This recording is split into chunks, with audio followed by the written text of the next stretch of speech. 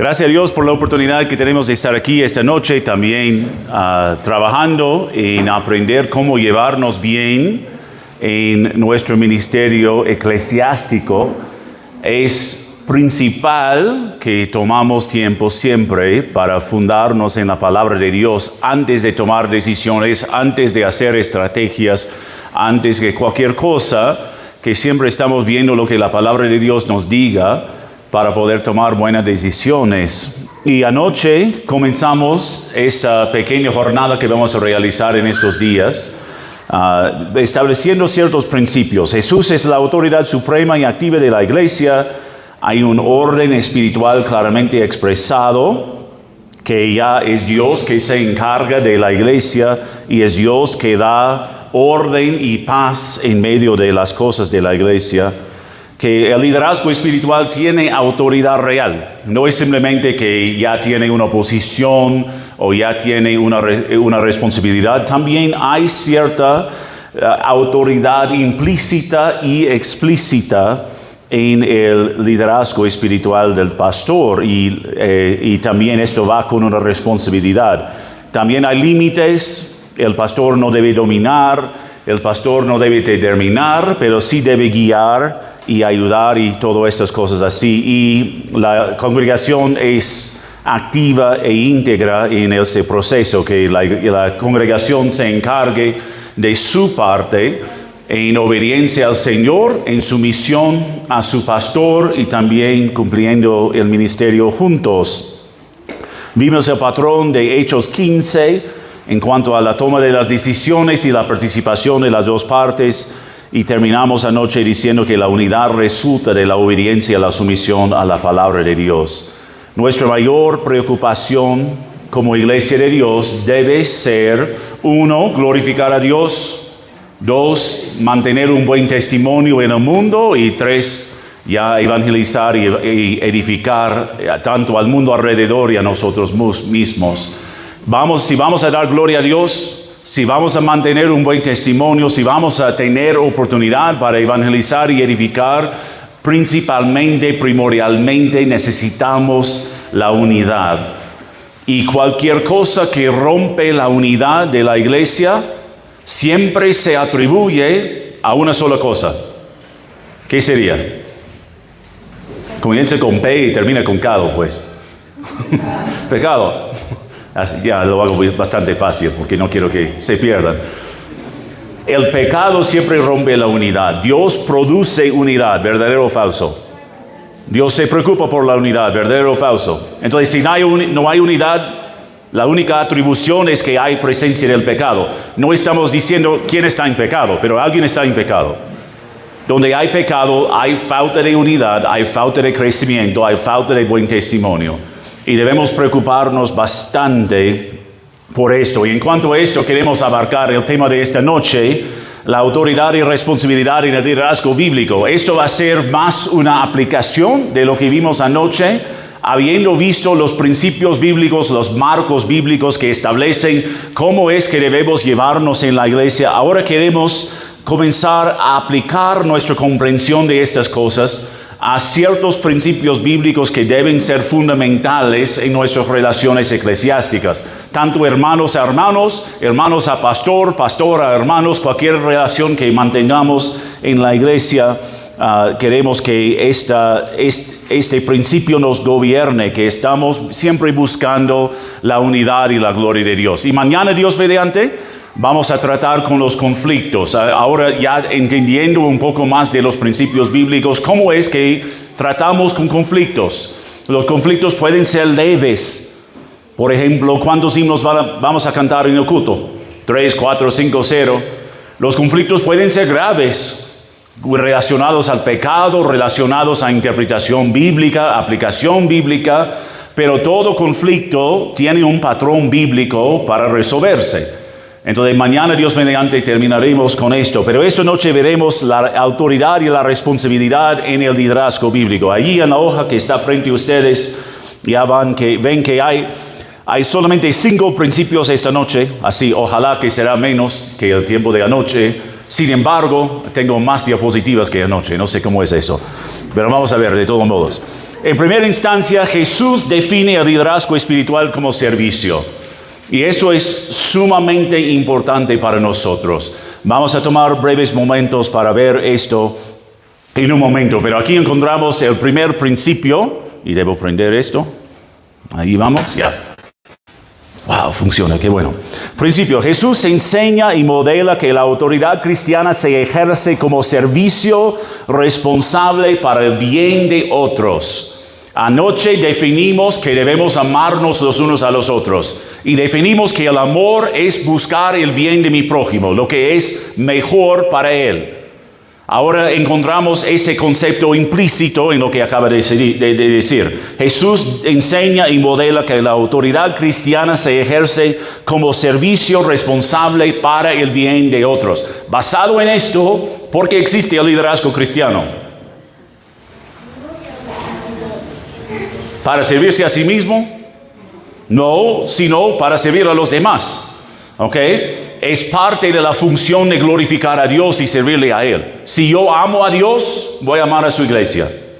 Si yo sirvo a Dios, voy a servir dentro de la iglesia.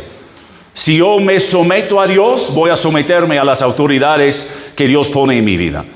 Entonces, nuestra relación con Dios es principal y de allí se vuelve el tema de nuestro servicio. Pero el liderazgo bíblico, el liderazgo cristiano, el liderazgo de la iglesia no existe para su propio beneficio, sino para el beneficio de los demás. Y Jesús allí define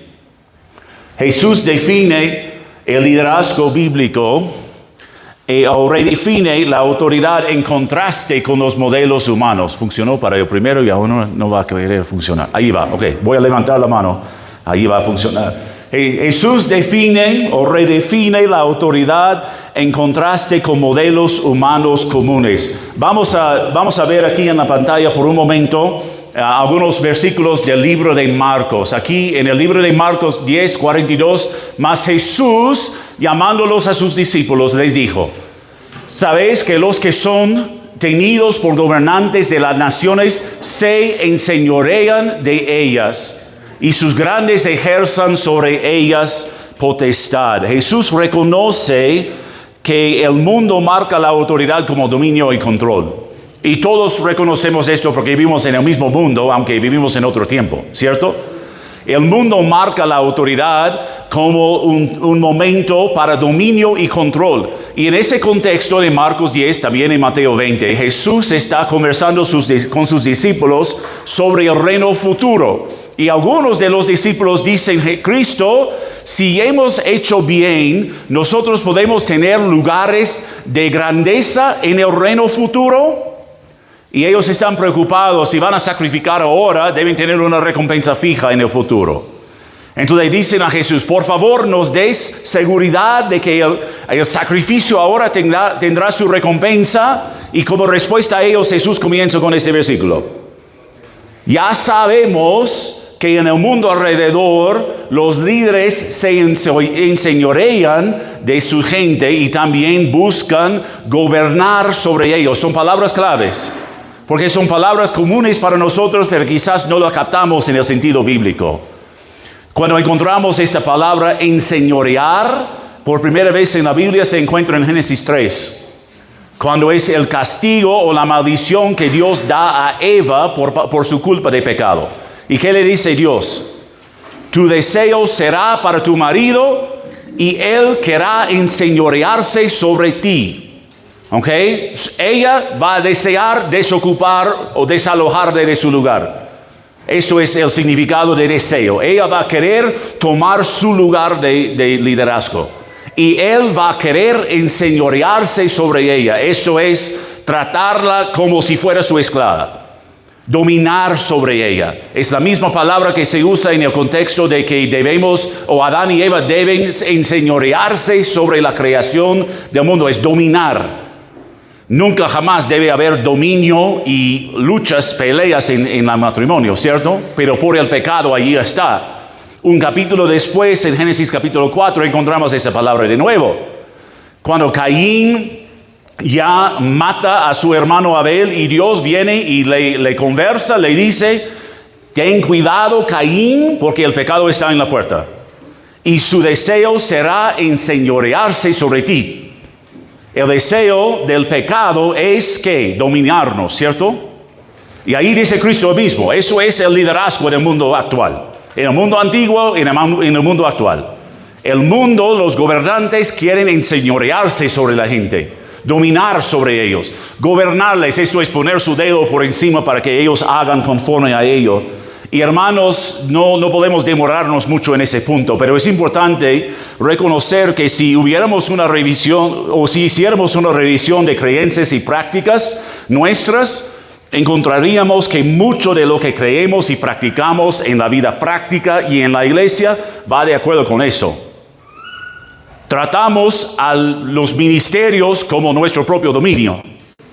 Tratamos a momentos de servicio como momentos para imponer nuestra voluntad sobre los demás. O quizás si no hacemos eso, esperamos que los demás lo harán y por eso les desconfiamos tanto. Pero gran parte de la obra divina, gran parte de la obra de la salvación es quitar de nosotros estas tendencias y creencias de pecado y reemplazarlas con la verdad de la palabra de Dios. Y necesitamos hacer nuestro esfuerzo, necesitamos escuchar y aplicar la palabra de Dios correctamente para que la palabra reine en nuestros corazones, no estos tipos de pensamientos. ¿Me entienden así? No es el propósito nuestro esta noche. No me han invitado para predicarles esto. Quisiera hacerlo, pero necesitamos hacer otras cosas. Pero lo importante es reconocer que ahí es la tendencia natural para todos nosotros. Ahí es la expectativa normal para todos nosotros, que todo líder va a ser así. Pero ¿qué dice Cristo? Así es en el mundo. Sin embargo, Jesús vincula el liderazgo con el servicio sacrificial. Hermanos, creo que moviéndolo ahí al centro me hace más difícil, porque ahí se completa con las señales de los celulares. Por eso lo había puesto al costado, porque cuando está en el centro se me dificulta. Vamos a ver. Pues soy alto, pero no tan alto para esto. Ok, la palabra en el punto B es sacrificial. Sacrificial. Jesús vincula la autoridad con servicio sacrificial. Para Dios la grandeza se encuentra en el servicio, no en una posición. Para Dios se encuentra en el servicio, no en una posición. Si paso acá, no, tampoco. Ya se fue. Ya, el pastor Samuel me va a ayudar. Gracias. Ok, entonces seguimos, pastor o hermanos, los que están allí, al próximo. Por favor, Jesús vincula la autoridad con el servicio sacrificial.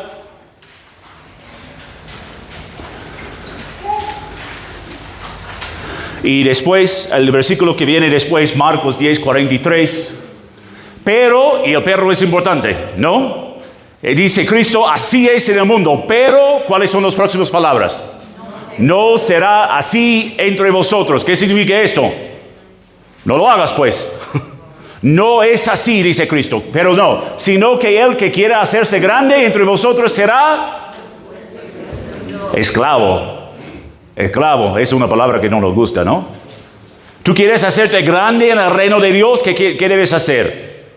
Hacerte menos. Es servir, como vamos a ver en un momento que Cristo lo hizo. Es hacer lo que Cristo nos deja, por ejemplo, versículo 24, sigue allí. Y el que de vosotros quiera ser el primero o el principal, será siervo de todos. Entonces, tú quieres hacerte grande, ponte abajo. Tú quieres ser reconocido, el primero, el principal, ponte abajo. Jesús presenta que la grandeza para Dios está ligado a ese sentido, al servicio. Servicio no es necesariamente ponerte como el trapo en la puerta, sino servicio es hacer lo necesario porque es agradable a Dios. Servicio es hacer lo bueno porque es lo que Dios demanda. Servicio es poner la responsabilidad por encima del derecho. Es poner la necesidad de otros por encima de mi propia necesidad. Porque eso es lo que hizo Cristo. Versículo 25. Porque el Hijo del Hombre vino no para ser servido, sino para servir y para dar su vida en rescate por mucho. Eso es la base de esta enseñanza. Jesús no vino para ser servido, sino para servir. Y ahí el verbo es diácono, diaconar, diaconizar, podemos decir. Jesús no vino para ser diaconizado, sino para ser diácono. No está hablando en el sentido específico que tenemos nosotros diáconos en la iglesia, pero tiene el mismo sentido. ¿Cuál es la función de diácono principalmente? Servir, pues. Ayudar, compartir su tiempo para el beneficio de los demás. Y Jesús no vino para sentarse en la mesa para que los demás vendrían para decirle cuán grande es, sino Él vino para atender a las necesidades de los demás y dar su vida en rescate por muchos. Ahí nos lleva al tercer punto, al punto 6, el carácter de Jesús define la forma de liderazgo. No solamente es el mandato de Jesús que hace clara lo que es el liderazgo, sino su carácter también. Nota el versículo 5 de Filipenses 2.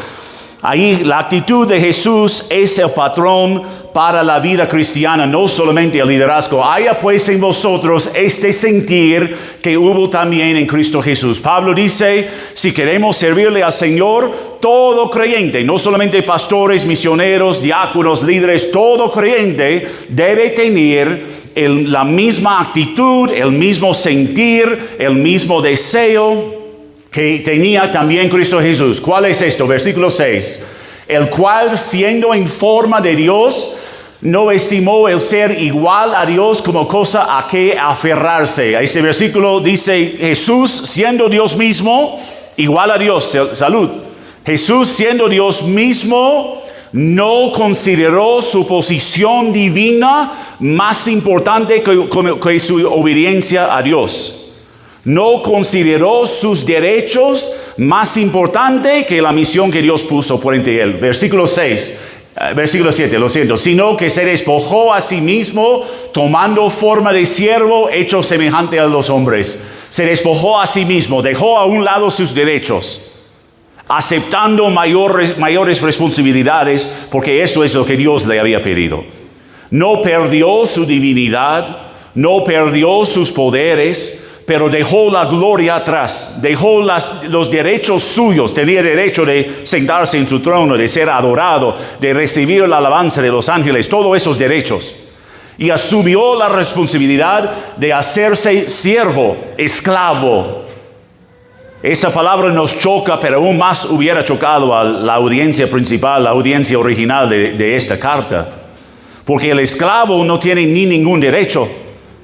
En ese tiempo se trató peor que el perro callejero. Era nadie, pero Jesús siendo todo, se hizo nadie, semejante a los hombres. Versículo 8, y estando en la condición de hombre, si no fuera suficiente grave su condición, se humilló a sí mismo. ¿No es interesante? No dice Pablo que se humilló a hacerse hombre. No dice que se humilló a despojarse de sí mismo, aunque sí es evidente que se humilló. Pero ni había tocado fondo todavía.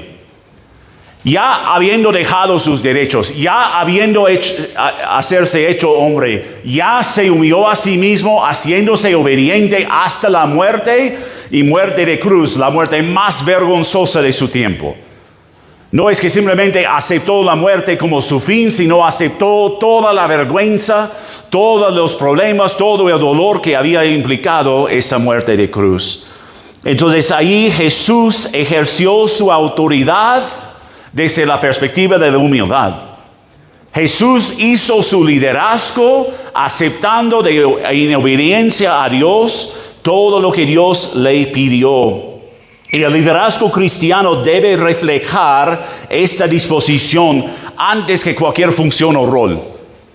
El liderazgo cristiano debe tener esto como su mente, como su sentir, como su deseo y dirección.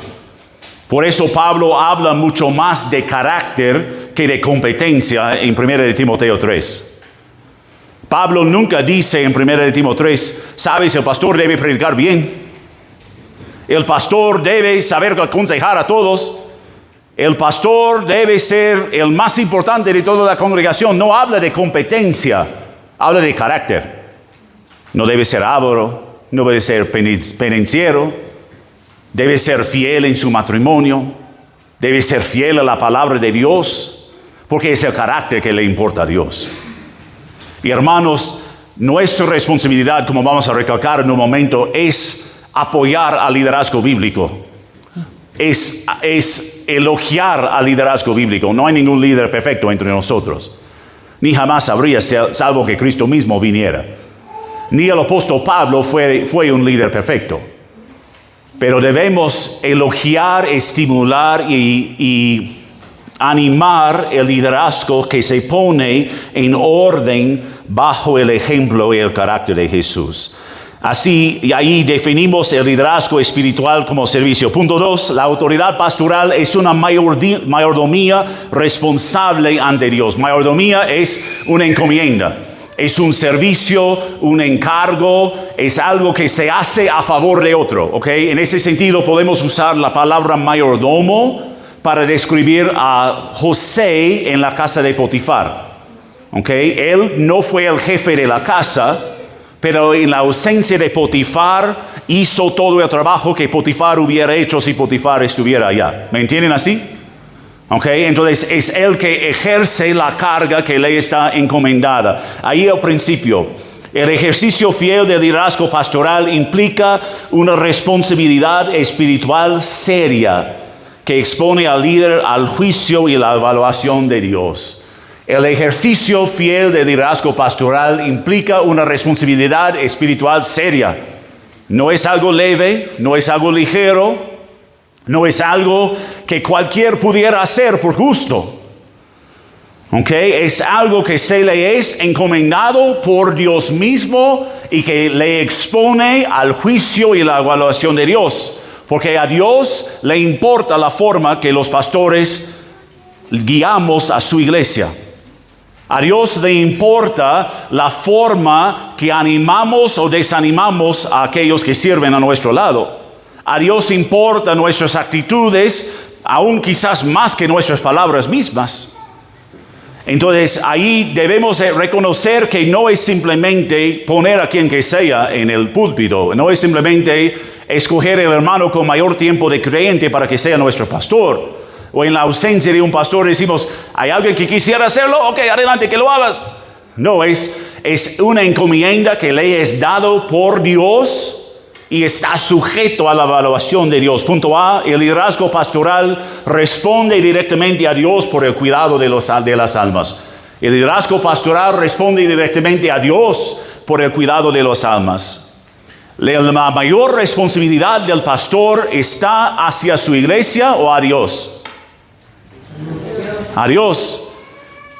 Es la forma que manejamos nuestras sesiones, manejamos nuestras conversaciones.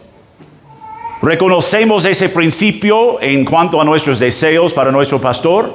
No sé, no estoy juzgando, estoy evaluando, estoy preguntando. ¿Me entienden así, no? Mi forma de hablar con mi pastor revela que le espero que él esté bien con Dios o demanda que él esté bien conmigo. Mi forma de tratarle revela que yo estoy más preocupado por su relación con Dios o que estoy más preocupado por su respuesta a mi pedido. Es algo que yo no puedo evaluar para cada uno de nosotros. Es algo que debemos evaluar nosotros mismos. Y es algo que debemos seguir evaluando.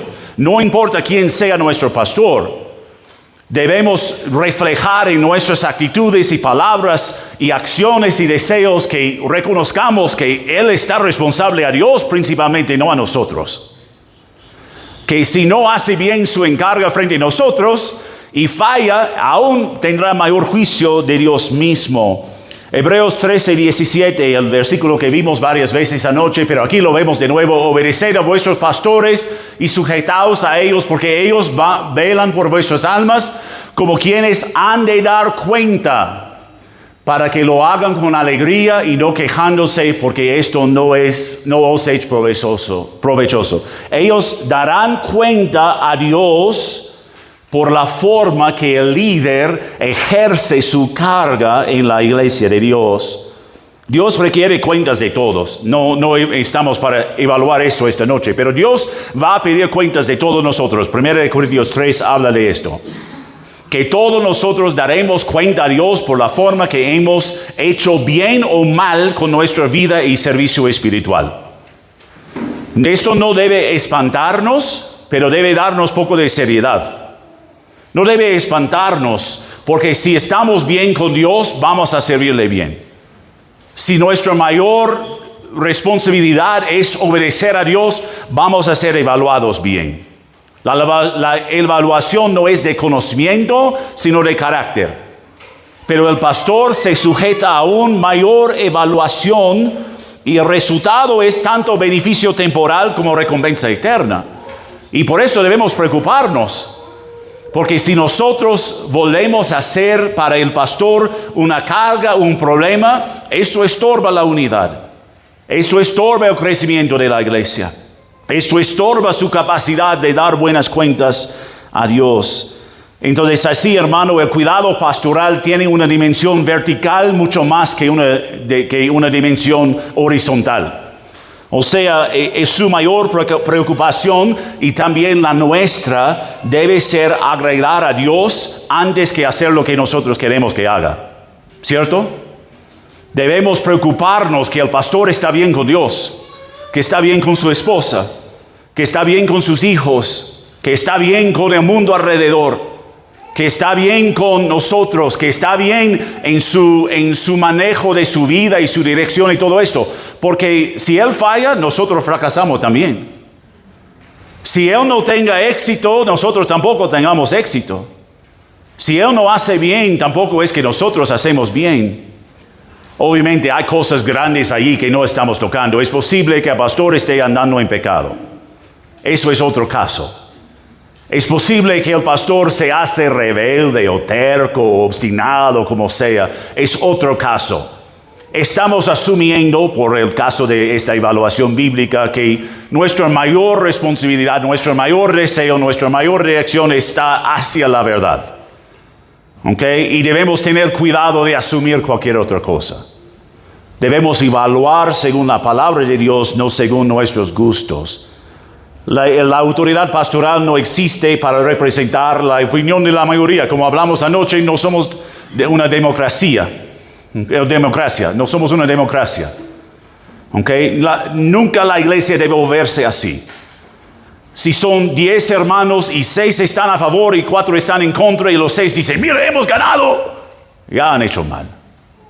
Esto no es, el fin no es que la mayoría gane. El fin es que la iglesia todos crezcamos. El fin es que la iglesia todos sigamos adelante. Entonces no es para dar cuenta de la mayoría, sino para rendir cuentas a Dios por el cuidado de las almas. Es un trabajo bastante serio. Es un trabajo que demanda mucho tiempo de oración, de estudio, de prédica, de consejería, de administración, de dirección. Muchas cosas que nunca vamos a ver que están detrás del escenario. ¿Ok? Y no pienso de ustedes así. Yo supongo que ustedes son mucho más amables que esto. Pero yo entiendo porque yo soy hijo de pastor. Toda mi vida he pasado en la iglesia viendo a cómo funciona todo. ¿Ok? O como hijo de pastor, o como diversos líderes, diversos ministerios en la iglesia, o como pastor mismo. Hay muchos que suponen que ser pastor es el trabajo más fácil de toda la vida. Porque pues ya sube 3-4 veces a la semana para predicar y está de vacaciones lo demás tiempo. Parece así, no es así. ¿Okay? Debemos animar a nuestros pastores, debemos animar a aquellos que llevan esta carga. Es una carga espiritual, es una batalla espiritual. ¿Tú piensas que Satanás no presta atención a esto? ¿Satanás está ignorante de las luchas que tiene el pastor? No, porque si el pastor caiga, la iglesia fracase. Y debemos reconocer la importancia de esto. También, punto B, el ministerio de enseñanza conlleva una responsabilidad mayor. El ministerio de enseñanza de la palabra de Dios conlleva una responsabilidad mayor. Santiago 3:1 nos da una buena advertencia en esto. Hermanos míos, no os hagáis maestros muchos de vosotros, sabiendo que recibiremos mayor condenación. ¿Okay? En el contexto de Santiago, muchos quieren hacerse maestros. Les gusta la preferencia que reciben los maestros, les gusta el elogio que reciben, les gusta que ya pueden venir como invitados. Y hay ciertos beneficios de ser invitado, pues. Ya la noche nos fuimos para comer caldo y yo estaba muy feliz después del culto. No me sirven caldo como eso en Trujillo. Ya estoy feliz cuando me inviten a otros lugares del país porque recibo mejor comida que en Trujillo. La comida trujillana es feaza, pero es otra cosa. No lo pongan eso en internet, ¿ya? ¿Ok? Hay beneficios, sí, pero hay mayor responsabilidad también. Si el pastor habla sin pensar, puede hablar en contra de la palabra de Dios. Puede desanimar a los demás en su servicio, puede guiar mal a la congregación, puede responder con enojo frente a una discrepancia y hacer daño y peligro a la obra de Dios. Por eso Santiago dice, hermanos, no pastores, hermanos, creyentes, tengamos cuidado, no nos hagamos muchos maestros pensando que esto nos haría más fácil. No, porque hay mayor condenación, hay mayor evaluación, hay mayor responsabilidad, es lo que dice Santiago en cuanto a esto. Hay un juicio más estricto para aquellos que tengamos mayor responsabilidad. Y la autoridad pastoral no es un privilegio neutral, sino una responsabilidad peligrosa. Es una responsabilidad bastante seria y debemos orar por nuestros líderes y pastores. Debemos animarlos y estimularles en cuanto a esto. Punto 6, el liderazgo pastoral se hace en función del llamado de Dios sobre el pastor. Del llamado de Dios sobre el pastor. Es Dios que llama, es la iglesia que reconoce tal llamado.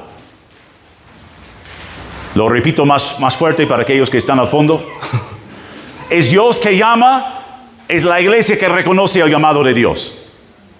El pastor no sirve bajo obligación a la iglesia, sirve bajo obligación a Dios, porque es Dios quien le ha llamado. Y es a Dios quien le va a dar cuenta. Esto no estoy diciendo para hablar mal de la iglesia de Dios. Obviamente no. Es lo que dice el texto de la Escritura.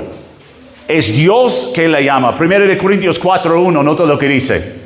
Así pues, téngannos los hombres por servidores de Cristo y administradores de los misterios de Dios. Pablo dice, aquellos que están sirviendo en liderazgo, aquellos que son en su tiempo apóstoles, pastores, evangelistas, otras cosas así, dice a la iglesia de Dios, ¿qué cosa? Ellos son servidores ¿de quién? ¿La iglesia? De Cristo. Y administradores, mayordomos de los misterios de Dios, de la palabra de Dios. Pablo no dice misterio como si fuera algo desconocido, sino misterio es algo que no se entendió en el pasado, que ahora se entiende ahora. En el Antiguo Testamento no entendimos de Jesús, de la salvación que viene por fe en Él. Esto no se había revelado todavía. Pero Pablo dice en ese contexto, por 1 Corintios 1:4, que su mayor responsabilidad es predicar el Evangelio de Cristo. No entrar en debates, no entrar en otras tonterías, sino predicar a Cristo. Y dice que eso es el misterio que nos ha sido revelado. Por eso usa esta frase aquí en este versículo. Debemos tomar a ellos como administradores de los misterios de Dios y servidores de Cristo. Versículo 2. Ahora bien, se requiere de los administradores que cada uno sea hallado fiel. ¿Qué significa fiel? Soy medio sordo y también alto, no escucho nada, lo siento. ¿Qué significa fiel? Leal, que hace bien lo que fue dado, que ejerce su liderazgo, su autoridad de una manera que agrada a Dios. Y la fidelidad a Dios y a su palabra es el criterio bíblico que siempre debemos estar evaluando. El pastor frente a nosotros es fiel a Dios. ¿Cómo sabemos si es fiel a Dios? ¿Es fiel a su esposa? ¿Hace bien como padre? En la mayoría de los casos hace bien frente a los hermanos. No digo que es perfecto, pero reconoce sus fallas. Es rápido para pedir perdón, es rápido para decir ya me equivoqué, debo hacer mejor.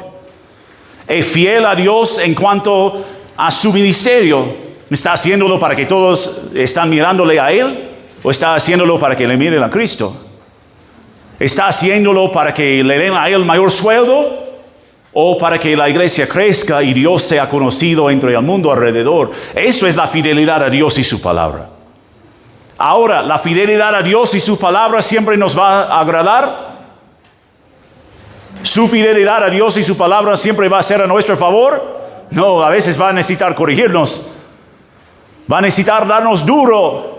En la noche, el domingo, yo prediqué de Juan capítulo 4 y el encuentro de Jesús con la mujer samaritana, hablando de su respuesta a conocerle a Jesús, fue ir inmediatamente y decirle a sus vecinos: vamos a ver a quién me ha dado a conocer toda mi vida, a quién puede darnos a conocer que es de Dios. Ella no sabe todas las respuestas, pero les invita a que vayan con ella para conocerle a Cristo, y ahí muchos se salvan como resultado de esto. Y el fin de esto fue animar a nuestra iglesia que vayamos buscando a nuestros vecinos, hermanos de sangre, a los que trabajan con nosotros, que les traigamos a Cristo en este año, que no les estaremos esperando mayor invitación, sino que estamos haciendo nuestra tarea. Y una de las hermanas me vino después de culto y me dijo: pastor, au. Dije: ¿qué? Dijo: me pisó fuerte. ¿Te pisó fuerte? Lo siento. No, pastor, me pisó fuerte por su palabra, por la prédica. Y dije: amén, gracias a Dios, pues. Le dije: ¿mis palabras te ofendió? No. Ok. Entonces, si fue esto, es el Espíritu Santo que te ha ofendido. Y eso es bueno, porque es para que crezcas, pues. Así debe ser, ¿cierto? Y no me odio usarme como buen ejemplo. No soy buen ejemplo de nada, excepto ser alto. Si quieren usarme como ejemplo de cómo ser de tamaño vergonzoso, eso soy.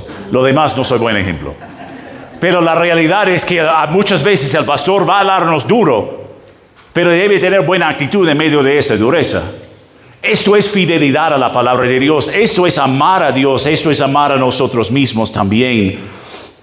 Y ahí Pablo demuestra que el criterio mayor no es: me gusta su forma de enseñar, me gusta su forma de liderar, me gusta su forma de organizar la iglesia, me gusta su forma de tomar decisiones.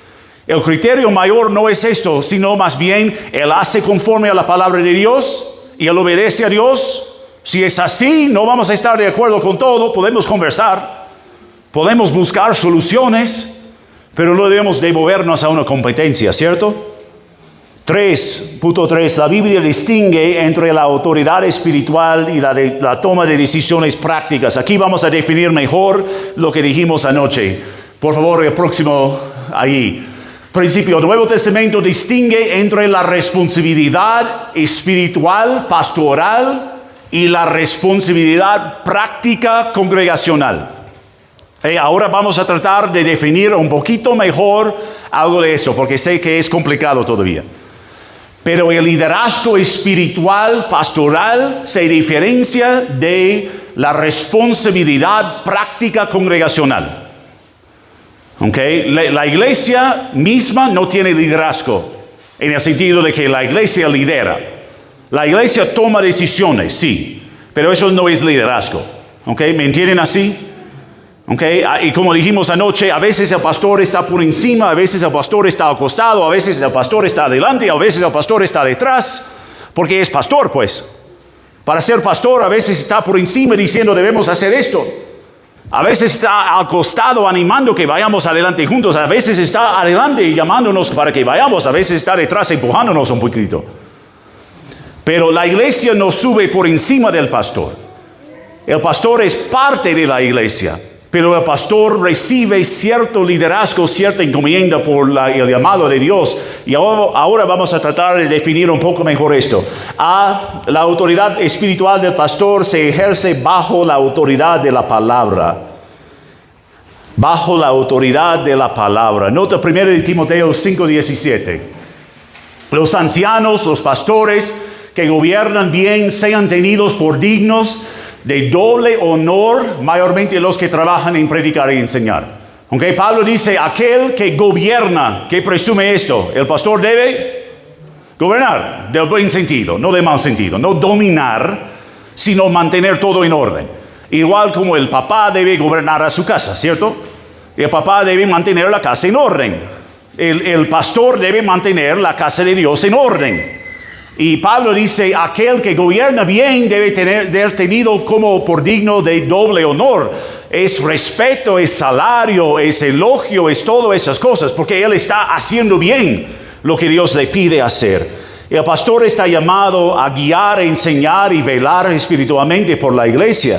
Pero también, según de Timoteo 4, te encarezco, Pablo hablando a Timoteo, pastor de la iglesia de Éfeso, te encarezco delante de Dios y del Señor Jesucristo, que juzgará a los vivos y a los muertos en su manifestación y en su reino, versículo 2, que prediques la palabra, que instes a tiempo y fuera de tiempo, redarguye, reprende, exhorta con toda paciencia y doctrina. ¿Es la tarea pastoral esto, sí o no? Ok, voy a preguntar de nuevo, estamos dormidos. Ya. ¿Es la tarea pastoral? ¿Qué significa? Que prediques la palabra. ¿Qué es eso? Que no está predicando de su experiencia, de sus gustos, de la cultura, de lo que la gente quiere escuchar, sino de lo que Dios dice. ¿Y sabes? No me gusta todo lo que Dios me dice. Voy a ser honesto. Tú tampoco. Quizás no eres muy honesto, pero es la verdad. No nos gusta todo lo que hay aquí. ¿Por qué? Porque de todo modo somos pecadores. Nos gusta redefinir las cosas a nuestro favor, pero Pablo dice a Timoteo, predica la palabra. También que instes a tiempo y fuera de tiempo, que hagas tu tarea, que ejerces tu tarea cuando te sea conveniente y cuando no te sea muy conveniente. Cuando la gente quiere escucharte y cuando la gente no quiere escucharte. Cuando está lloviendo y cuando está soleado, ¿no? Cuando hay frío, cuando hay calor, en todo momento. Si te sientes bien o no te sientes bien, haz lo que debes hacer. Redarguye. ¿Qué es redarguir? ¿Alguien sabría qué decir? Llamar la atención. Ok, llamar la atención con el fin de buscar el mejor camino. No es decir, ¡ay, qué tonto! No, es llamar la atención con el fin de buscar hacer bien. Reprender. No hagas eso, punto. Ok, reprender, corregir. Exhortar. Exhortar en el sentido bíblico tiene la idea de enseñar, también de animar. ¿Ok? De decir, vamos hacia allá. Visión, dirección, misión, todas esas cosas. El pastor debe hacer esto. ¿Por qué? Porque como versículo 1 dijo, Pablo dice, te encarezco ante de Dios y de Jesucristo, que juzgará a los vivos y los muertos en su reino. Haz la tarea pastoral. ¿Por qué? Porque vas a dar cuenta a Dios, dice Pablo a Timoteo. Hermanos, no subestimemos la tarea pastoral. No digo que estamos subestimando la tarea pastoral. Solamente estoy exhortándonos que lo hagamos. Que no caigamos en ese cosa de subestimar o criticar o evaluar basado en nuestras opiniones y gustos. La responsabilidad pastoral se define por la palabra de Dios y debemos dejarnos allí vinculados y direccionados por lo que Dios dice la palabra. Ve, la congregación participa en la vida práctica y corporativa de la iglesia. Entonces la iglesia participa en tomar decisiones en cuanto a la vida práctica, en cuanto a la vida, lo que afecta a la función general de la iglesia. ¿Ok? Y como vimos anoche, vamos a ver rápidamente Hechos 6, 1 a 3. En aquellos días, como creciera el número de los discípulos, hubo murmuración de los griegos contra los hebreos de que las viudas de aquellos eran desatendidas en la distribución diaria. No sabemos específicamente cómo fue el contexto, pero lo que parece ser que Hechos 2 nos dice que tenían todo en común. Hechos 5 nos dice que Bernabé vendió sus terrenos y donó esta plata para sostener a la gente que eran ahora nuevos creyentes. Entonces la iglesia estaba haciendo algo para ayudar a aquellas que no tenían plata, en específico a las viudas. En el contexto del Nuevo Testamento, ser viuda es ser desatendida por completa. Salvo que tuvieras hijos para cuidarte, no tendrías literalmente nada, porque la mujer no tenía derecho de comprar terreno, de tener negocio, de votar, de hablar en la corte. Era bastante deprimida de ese sentido. Entonces la iglesia se encarga de dar pan diario a esas mujeres, gracias a Dios, ¿no? Pero algunos, quizás porque hablaban griego y no hablaban hebreo, no entendían los anuncios que se daban a veces en la iglesia. O quizás hicieron un llamado general en ciertos momentos diciendo, ven a la iglesia a las 3 de la tarde y te vamos a dar pan. Pero no entendían porque eran griegos y no eran griegas sino judías. ¿Me dejo entender así? Okay, entonces ahí es un problema. Se sienten desatendidas, por eso hay murmuraciones. Murmurar es... Okay, están chismeando, están hablando mal, hay división, está mal. Versículo 2, ¿cuál es la solución? Entonces los 12 convocaron a la multitud de los discípulos y les dijeron, no es justo que nosotros dejemos la palabra de Dios para servir a las mesas. Ahora, están diciendo, piña pues, están diciendo, ay, ¿qué importa esto? ¿Lo dicen así? Lo dicen, ya estamos nosotros sobrecargados. No podemos nosotros hacer más. Nosotros necesitamos prestar atención a la palabra de Dios principalmente. Así la solución, versículo 3. Buscad pues, hermanos, de entre vosotros 7 varones de buen testimonio, llenos del Espíritu Santo y de sabiduría, que encarguemos con este trabajo. Su solución es, hermanos, por favor, nos den los nombres de los que ya son buenos para encargarse de esta tarea. Hermanos que pueden ayudar. Y no estamos viendo esta noche los versículos de más, pero si notas en otro momento, cuando lees capítulo 6, varios de los nombres no son nombres normales entre los judíos. ¿Por qué? Porque la iglesia va buscando hermanos griegos, pues. ¿Y cómo que no? El problema es que es con las viudas griegas. Así buscan hermanos griegos que pueden ayudarles, pues. Que pueden entender los anuncios y ayudarles a ellos así. Pero no pienses por ese versículo que la Biblia está diciendo, los apóstoles dijeron, no nos importa, ustedes hagan la tarea. No es lo que dijeron. Ellos dijeron, siendo que ustedes han reconocido el problema, ayúdanos por favor con la solución. Porque si nosotros imponemos estos nombres, quizás no serán convenientes para ustedes. Más bien ustedes vayan buscando, y seguro habían grandes conversaciones. Esteban, ¿tú estarías listo para ayudarnos con esto? Jorge, ¿tú podrías ayudarnos con esta tarea? Ay, ya sabes, no puedo porque ya estoy con otros quehaceres. Entonces, hermano, ¿tú podrías encargarte de esto a las 3 de la tarde? Cada tarde vas a la iglesia para recoger el pan, para llevarlo a las hermanas. Ay, sí, yo estoy dispuesto a hacerlo. Entonces, seguro se fueron buscando, pero también hay los criterios de evaluación, porque les dice que deben ser hombres como de buen testimonio, llenos del Espíritu Santo y de sabiduría, a quienes encargamos este trabajo. De buen testimonio, ¿qué es esto? Que son hermanos reconocidos por los demás que van a hacer bien su tarea, ¿cierto? ¿Ok? Que son llenos del Espíritu Santo, que ya son hermanos de gran fe, de buena actitud, de buen comportamiento, de sabiduría. ¿Qué es sabiduría? Sabiduría es la palabra o la verdad aplicada a la situación actual. Entonces son hombres que saben cómo hacer bien para no causar mayores problemas, pues. Saben cómo moverse a través de ese momento de murmuraciones y división para reparar la brecha que está extendiéndose en ese momento. Entonces ahí los apóstoles les dice a ellos que vayan buscando ellos y haciendo esto. Pero versículo 6 dice que después de haber escogido estos 7 varones, los cuales presentaron ante los apóstoles, quienes orando les impusieron las manos y les encargaron a sus tareas. Entonces la iglesia fue en búsqueda de esto, trajeron a estos hermanos frente a los apóstoles lo evaluaron, oraban por ellos, oraban por sabiduría para saber, Dios, eso es lo que quieres para nosotros, y les encomendaron a su trabajo. Entonces mira, los dos están trabajando juntos, ¿cierto? No es que los apóstoles tomen decisiones a solas, ni tampoco que la iglesia tome decisiones a solas. Los apóstoles, o podemos decir en este caso los pastores de la iglesia de Jerusalén, trabajan con la iglesia para buscar una solución agradable para todos. Y en eso la iglesia tiene responsabilidad. Participa en las decisiones que afectan la vida común del cuerpo. Ahí también Romanos 16, 17 y 18.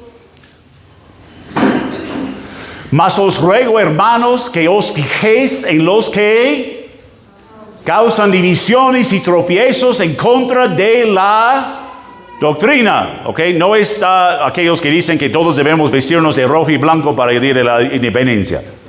Son aquellos que están haciendo mal con la doctrina, que vosotros habéis aprendido, que os apartéis de ellos. 18.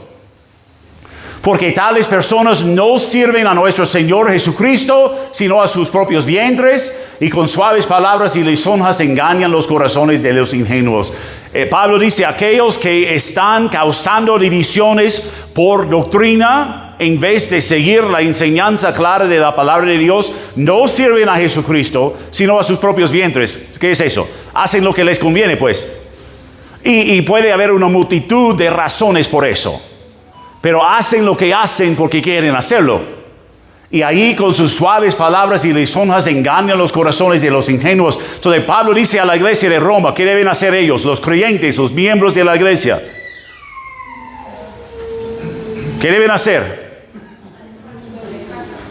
Primero, antes de alejarse, hay que saber quiénes están haciendo problemas, ¿cierto? Hay que identificarlo. Y Pablo no está diciendo identifícalo y sepárate de lo en el mismo momento. No, Pablo obviamente no estaba yendo en contra de Mateo 18.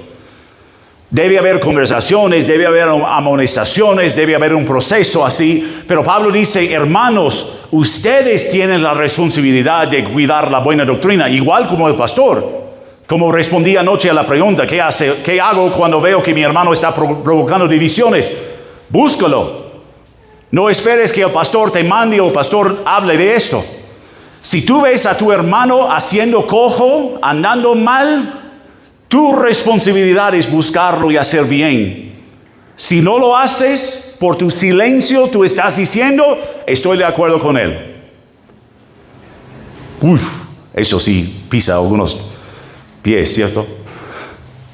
Pero es la verdad. Si tú por tu silencio dices, yo no realmente le amo, así no me importa lo que hace él o ella, o estoy de acuerdo, por eso no digo nada. Pero pastor, eso no es lo que quiero decir. Entonces cambia tu forma de ser, pues. Tu responsabilidad, tanto como el pastor, es cuidar de esta iglesia. No es manipular, no es exigir y dominar, sino cuidar. Por ver que estemos conversando bien de las cosas. ¿Habrá discusiones, habrá divisiones, habrá diferencia de opinión? Por supuesto que sí. Como dije anoche, ni estoy de acuerdo conmigo mismo en la mayoría del tiempo. No me preguntes qué quiero comer, porque yo no puedo darte una respuesta. Yo no sé qué quiero comer. Yo no puedo entender qué decir, porque yo quiero comer todo, pues. Yo estoy más confundido que todos.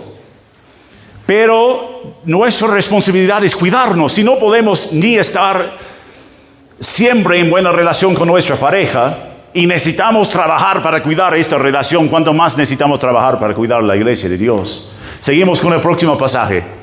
Tito 3, 10 y 11. Al hombre que cause divisiones después de una y otra amonestación. Ahí vemos Pablo claramente dice, amonéstalo, háblalo bonito. No es decir, tú eres un tonto. No, buscamos reconciliación. Después de una y otra amonestación, ¿qué? ¿Qué significa eso en palabra bíblica? Ok, es decidir, él no va a seguir con nosotros como en la membresía. Es grave esto, ¿cierto? Es grave, pero ¿cuál es el fin si no lo hacemos? Mayores divisiones y destrucción, y Dios pierde al final. Si esta iglesia no sigue de pie, el mundo gana, Satanás gana. Márcalo, después deséchalo sabiendo que el tal se ha pervertido y peca y está condenado por su propio juicio. Puede haber que un hermano o una hermana se levanta con una opinión chueca sin saber que es chueca, ¿sí o no? Lo pasamos. Leemos la Biblia mal, sacamos alguna enseñanza mal de la Biblia porque no entendimos bien lo que Dios dice, pero ahí depende mucho de nuestra respuesta. Me corrige y cómo respondo. Ay, sí, es cierto, gracias por explicarme eso. ¿Quién eres tú para decirme que debo creer? Ahí la actitud es lo importante. Por eso usa Pablo la palabra amonestación, porque amonestación es una reprensión media fuerte, pues. Mire, si no haces bien, vamos a necesitar tomar decisiones más graves. No queremos hacer esto.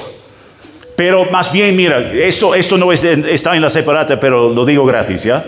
Lo demás lo cobro, pero esto digo gratis. Nosotros como iglesia,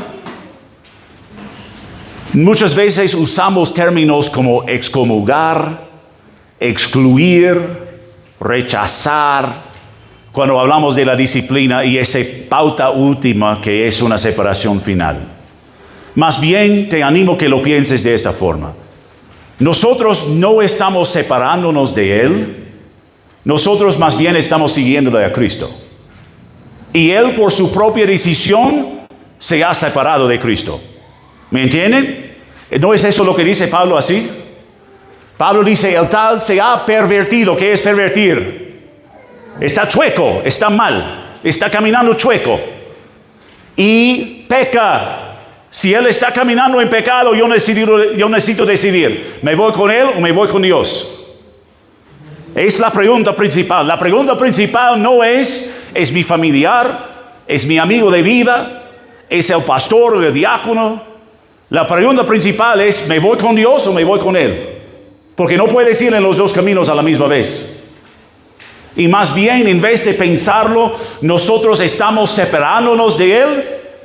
Más bien lo pensamos, nosotros estamos tomando la decisión firme de quedarnos con Dios y no podemos irnos con Él. ¿Me entienden de esa forma? Porque es la manera que la Biblia lo expresa.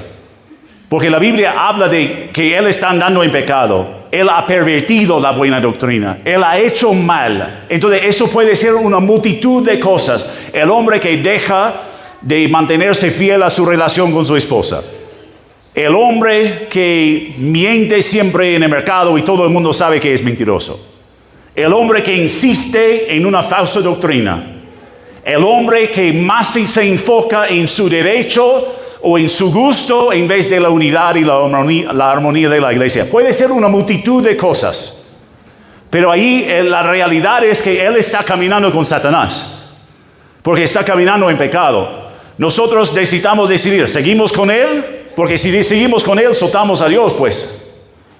Pero si vamos a cogerle a la mano a Dios y seguirle con Dios, necesitamos soltarle a él. No es doloroso, no es bueno, no es agradable para nadie. Pero no podemos estar así. ¿No?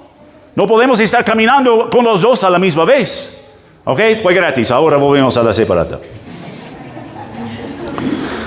La confusión entre ahí hablando de esos versículos, cualquier cambio de nuestras creencias o prácticas debe ser sujeto a nuestra mayor necesidad de mantener la unidad y la dirección. Antes de llegar a esto, pero ya está bien que lo hagas, déjalo ahí. Escucha mientras que están escribiendo, escucho lo que digo. Es necesario a veces cambiar nuestras prácticas. Es necesario a veces incluso cambiar nuestras creencias, porque a la medida que vamos creciendo, reconocemos que debemos hacer mejor con algo. Pero si notamos que queremos cambiar algo, no estoy hablando de que debemos cambiar, pero si queremos cambiar, por ejemplo, pastor, por favor, en vez de a las 11, que mueve el culto principal de la mañana hasta las 9. ¿Ok? No está mal. Pero el deseo de buscar el cambio debe estar sujeto a la necesidad de mantener la unidad. Quizás me conviene a mí cambiar a un horario más antes, pero le hace difícil a otros hermanos. Entonces debo considerar, ¿estoy pensando de mí mismo o estoy pensando de los demás? ¿Me entienden así? A veces es necesario cambiar. Si el cambio no me afecta grandemente, gracias a Dios podemos hacer el cambio para el beneficio de otros. Si el cambio me hace difícil un poquito, pero le hace más fácil a la mayoría, bueno, por la gracia de Dios acepto la responsabilidad extra porque quiero que mis hermanos también puedan gozarse de algo bonito. El problema es que siempre pensamos de nosotros. Si no me dan el pedazo de torta más grande, siendo el hombre más grande, yo debo recibir la porción más grande, pues. Si no me la dan, han hecho mal. No han pensado de mí. Pero ya yo no necesito mucha. Yo puedo sobrevivir varias semanas sin nada, pues. Entonces, ¿estoy pensando de mí o estoy pensando de ellos? ¿Estoy pensando de lo que yo quiero hacer o estoy pensando de lo que es bueno para los demás? No todo necesita ser discutido. Tu opinión es importante, pero si ya hay 40 opiniones de qué plato de comida vamos a comer el otro domingo, probablemente tu opinión no va a ganar. Ya hay suficientes opiniones en la mesa. Entonces necesitamos distinguir, y de esto vamos a hablar mañana, de cómo diferenciamos entre lo que la Biblia dice y lo que nos gusta hacer o lo que nos da preferencia. La confusión entre estas dos cosas produce tensión. Okay, cuando la iglesia presume tomar el lugar del pastor o cuando el pastor tome el lugar de la iglesia, ahí es donde hay la tensión. Pero nota, por favor, no hay ningún texto bíblico que sugiere ninguna competencia entre el pastor y la congregación. Ningún texto bíblico. Jamás. Porque el Jesús que ama a la iglesia también ama al pastor. Jesús que murió por el pastor también murió por la iglesia. No hay ningún texto bíblico que demuestra competencia. Cuando hay competencia siempre es resultado del pecado humano y no del diseño de Dios. Entonces, cuanto más rápidamente podemos resolver la tensión, más rápidamente podemos volver a estar bien con Dios. Por esto te digo, es tu responsabilidad. Porque si sabes que esta división, esta tensión está provocando problemas, si lo dejamos aún otra semana, Satanás gana más terreno, ¿cierto?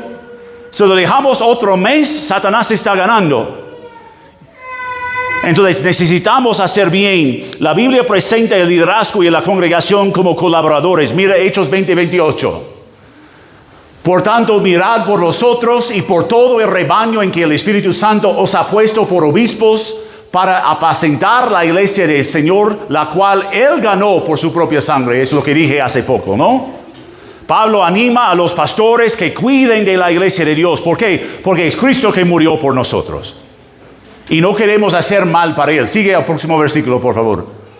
Hebreos 13:17, lo que hemos visto ya. Pero nota, Él dice, obedeced a los pastores y los pastores obedezcan a Dios. ¿Cierto? Entonces hay la obediencia mutua, la sumisión mutua para la buena dirección. También 1 Tesalonicenses 5:12. Os rogamos, hermanos, que reconozcáis a los que trabajan entre vosotros y os presiden en el Señor y os amonestan. 13. Y que los tengáis en mucha estima y amor por causa de su obra, tened paz entre vosotros. ¿No es interesante? Pablo dice, ama a tu pastor y dice también, ten paz. Porque nuestro carácter normal es criticar. El plato me salió demasiado caliente. El plato me salió demasiado chico. El plato me salió sin sal. Siempre hablo de comida porque es lo más sano y lo más reconocido. Si hablo de pecado se ofenden. Si hablo de comida ya me siguen. ¿Ok? Somos criticones por naturaleza. Porque somos pecadores. Pero Pablo dice, no hagas esto. Ellos están velando por ti, están amonestándote, están ayudándote, están enseñándote así que los tengáis en mucha estima. Porque su labor es espiritual. Ellos están peleando para que tú no necesitas pelearte tanto. ¿No? Ellos están aprendiendo de la palabra para darte el plato ya servido. No para darte la lista de ingredientes. Están haciendo su labor para protegerte de las amenazas de Satanás y del pecado. Si el pastor está haciendo su tarea bien, eso es lo que está haciendo. Él está en la batalla, pero no ahí como general atrás mandándote, sino como el general que está adelante guiando a todos hacia la batalla. Él está peleando contigo y para tu beneficio, con mucha estima y amor. No, por favor, no hemos terminado todavía. Con mucha estima y amor por causa de su obra. No por causa de su amabilidad, no por causa de sus buenas ilustraciones que tiene en sus mensajes, porque él predica el estilo que me gusta. No, por cuanto a su obra. Ahora seguimos, por favor.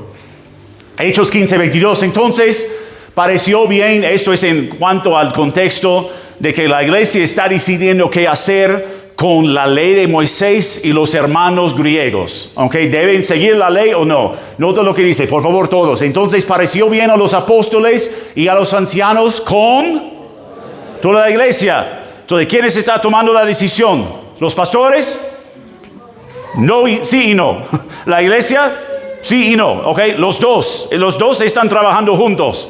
Y pareció bien a todos elegir entre ellos varones y enviarlos a Antioquía con Pablo y Bernabé, a Judas y a Silas, varones principales entre los hermanos. 23. Pensé que era otro versículo. Ya retrocede entonces. Entonces le pareció bien a todos ellos hacer esto. Entonces la congregación escuchó los consejos de sus pastores, evaluó los consejos de sus pastores y aceptó la dirección espiritual de sus pastores. ¿Me entienden así? La iglesia está escuchando, está evaluando, está haciendo preguntas, está buscando conocerlo bien, pero al final ellos dicen, ustedes tienen razón, porque nos han enseñado la palabra de Dios. Y nosotros les respaldamos, tomamos la decisión de decir, pastores, por favor sigan con esto, vamos con ustedes en esta dirección. Y tanto el pastor como la congregación están buscando lo que Pablo dice en Efesios 4:15, sino que siguiendo la verdad en amor, crezcamos en todo en aquel que es la cabeza, esto es Cristo. 16, de quien todo el cuerpo bien concentrado y unido entre sí por todas las coyunturas que se ayudan mutuamente según la actividad propia de cada miembro, recibe su crecimiento para ir edificándose en amor. Entonces la meta es que sigamos creciendo, tanto el pastor como nosotros, ¿cierto? Todos queremos crecer y hacer bien para la gloria de Dios, no para el beneficio nuestro. Seguimos rápidamente. La respuesta, punto 4, de la congregación al liderazgo tiene consecuencias espirituales. Aquí al principio. La manera en que la congregación responde al liderazgo pastoral afecta la salud del ministerio del cuerpo. Tu manera de responder a tu pastor afecta si la iglesia crece o si la iglesia disminuye. Tu manera de responder al pastor afecta la dirección espiritual de la obra de Dios. Punto A, la respuesta congregacional influye en el cuidado pastoral. La respuesta congregacional influye en el cuidado pastoral. Filipenses 2:2. Pablo dice, completad mi gozo sintiendo lo mismo, teniendo el mismo amor, unánimes, sintiendo en una misma cosa. Pablo dice, quiero que ustedes están unidos para... La primera frase, completar mi gozo. Pero ¿cómo es que Pablo habla que él quiere ser gozoso? Pablo no quiere estar triste en la hora pastoral, pues. Pablo quiere gozar, que sé que los hermanos están creciendo. Entonces, si respondamos bien, damos gozo a nuestro pastor. Y eso facilita que el pastor pueda hacer mayor trabajo. Punto B, la respuesta congregacional impacta el testimonio de la iglesia también. Impacta el testimonio de la iglesia. Como dije anoche, muchas veces invitamos a gente a venir a la iglesia y ni quisieran pisar este terreno santo porque saben que estamos peleados. Y no estoy hablando de nosotros mismos, estoy hablando de todas las iglesias que conozco. Cuando ellos ven que nosotros no podemos llevarnos bien, ellos dicen, pero ¿dónde hay la diferencia que supuestamente Cristo hace en sus vidas? Si Cristo no puede resolver sus conflictos porque yo quiero estar con ustedes, yo puedo quedarme en casa y pelearme con mi esposa, pues. Yo no necesito ir a la iglesia para pelearme con la gente. Entonces, eso afecta nuestro testimonio. Filipenses 2:15 o 14. Haced todo sin murmuraciones y... ¿haced cuánto? ¿Cuánto? ¿Qué significa todo? Todo, pues. Sesiones, elecciones, escuchar a la prédica, responder a los consejos del pastor, responder al pecado de lo demás, todo, sin murmuraciones. ¿Qué es eso? Chismear, sin contiendas, provocar mayores divisiones. 15. para que seáis irreprensibles y sencillos, hijos de Dios sin mancha, en medio de una generación maligna y perversa, en medio de la cual resplandecéis como luminares en el mundo, para que seáis irreprensibles. ¿Ok? Esto es, no hay nada que pueden decir que hacemos mal. No es que somos perfectos, pero pueden decir, esos hermanos son genuinos. Eso sí hacen bien. Que sean sencillos, no complicados, ¿ok? No provocando problemas. Corazones rectos, sin hijos de Dios, por favor, 15 todavía. Hijos de Dios sin mancha, ¿ok? Sí, no estamos dando mal reputación, mal testimonio de Dios. En medio de una generación maligna y perversa. ¿Eso describe a Huancayo en 2026? Sí, pues, describe a todo el mundo. Vivimos en un tiempo en que la gente es maligna. Usamos esa palabra para el cáncer, ¿no? Porque es algo que destruye todo. Está tan perverso que no hay ninguna solución para esto. También perversa, que anda chueca, que hace mal. Debemos responder. Solamente vamos a responder si somos irreprensibles, sencillos, sin mancha. Faros en medio de la oscuridad. 16. De Dios, para que en el día de Cristo yo pueda gloriarme de que no he corrido en vano ni en vano he trabajado, dando a entender la buena palabra de Dios de tal forma que llegando al cielo Dios está glorificado y podemos regocijarnos que hemos hecho bien nuestra tarea.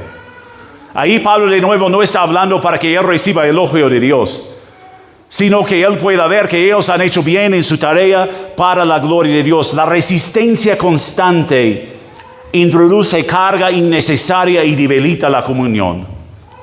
Y hermanos, si hay en nuestro corazón cualquier raíz de divisiones, de obstinancia, de cualquier cosa de esa manera, esto no es de Dios.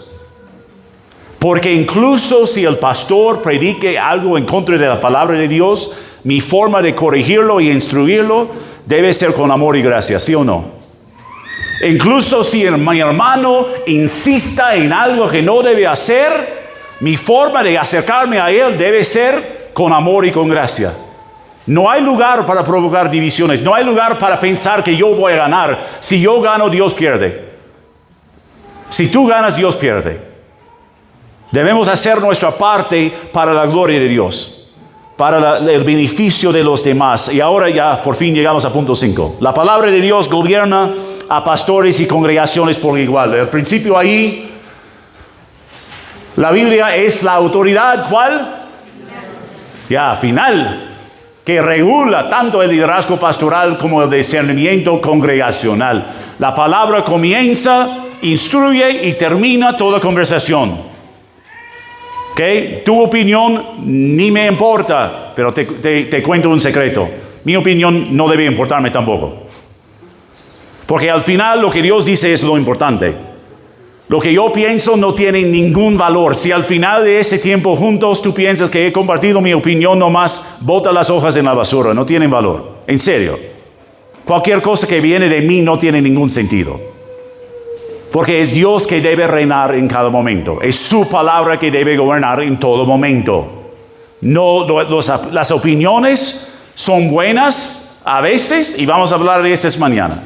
Pero lo que nos gobierna es la autoridad final de la palabra de Dios. Punto A, el liderazgo ejerce autoridad en fidelidad a la palabra. El liderazgo ejerce autoridad en fidelidad a la palabra. El versículo allí, Tito capítulo 1. Retenedor de la palabra fiel, tal como ha sido enseñado, para que también pueda exhortar con sana enseñanza y convencer a los que contradicen. Eso es parte de los requisitos de los pastores.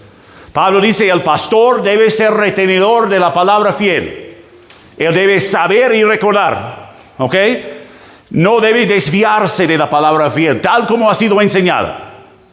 Pero reconozcamos también como hay buenos maestros, hay falsos maestros. Como hay Jesús, hay el espíritu de anticristo, dice Juan también. No todo maestro que se viste con corbata y saco es buen maestro.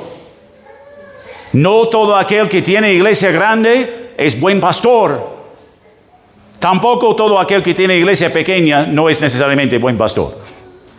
No evaluamos conforme a tamaño, belleza, educación.